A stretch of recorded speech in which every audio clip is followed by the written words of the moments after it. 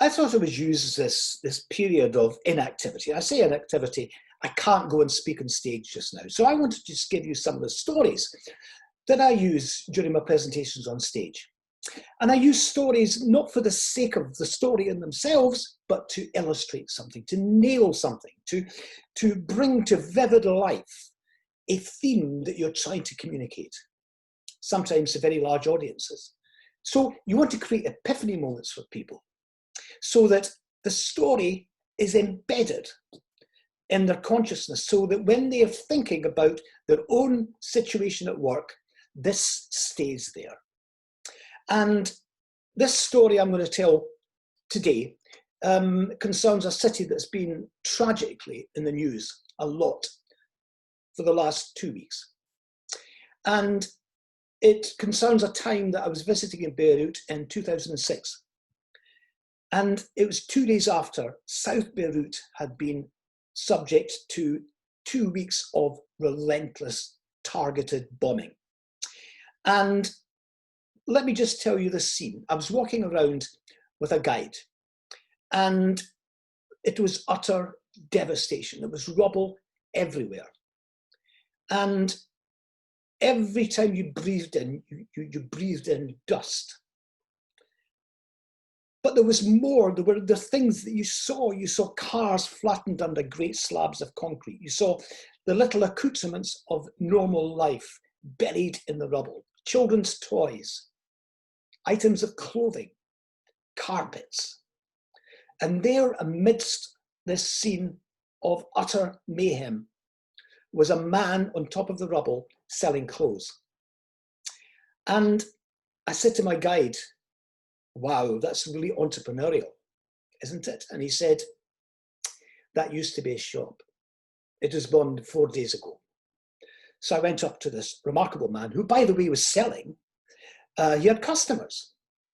And I said to him, "It must have been horrible to lose your shop." And he shrugged his shoulders and he said, "I'm not a shopkeeper. I give people style and confidence." And that blew me away, because this is about purpose. He was a man who had his whole life blown apart by a bomb. His whole business had been destroyed, so you would think. But his purpose was not about having a shop. That was a useful vehicle. But his purpose was about giving people style and confidence. What a remarkable illustration of purpose. Anyway, I went back to my guide and I said, "You know, that was a real road to Damascus moment for me."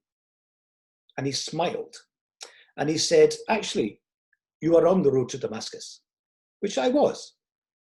And there, just a few hundred yards down the road, was a sign that said Damascus. Now, I mention this because at a time like this, you know, businesses that are driven by purpose are more likely to revive themselves, to find new ways of delivering that purpose, to find, you know, creative routes. Those that don't have a clear purpose will find it harder, as will individuals. I say this because when I speak to people and I ask them what their job is, they will invariably give me their job title. But you see, that tells you nothing about why they go to work. It tells you nothing about the purpose of the organization. It tells you nothing about their passion. So I always say to people, you know, when someone asks you what you do, don't give them a job title. Tell them why you do what you do. And I met this insurance salesman many years ago in Edinburgh, and he said to me, "I sell insurance." And I thought, why don't you say to people, "I help people sleep at night"? And he looked up in the air for a few minutes and he thought, and he said, "Yes, that's a great idea." And he did, apparently. And he told me a few months later that it really worked for him. Of course, people would say things like, "Do you sell Rohypnol? Do you hit them over the head with a baseball bat? Are you an anaesthetist?" He would say, "No, I give people the right insurance so that whether in business, at home, with their family, they can sleep well at night." See, that What a difference that makes. So this is just how I use my time on stage, telling stories, trying to bring to life those themes that I think are so important. And I think purpose today is going to become ever more important. Thank you for listening, and I hope to see you soon.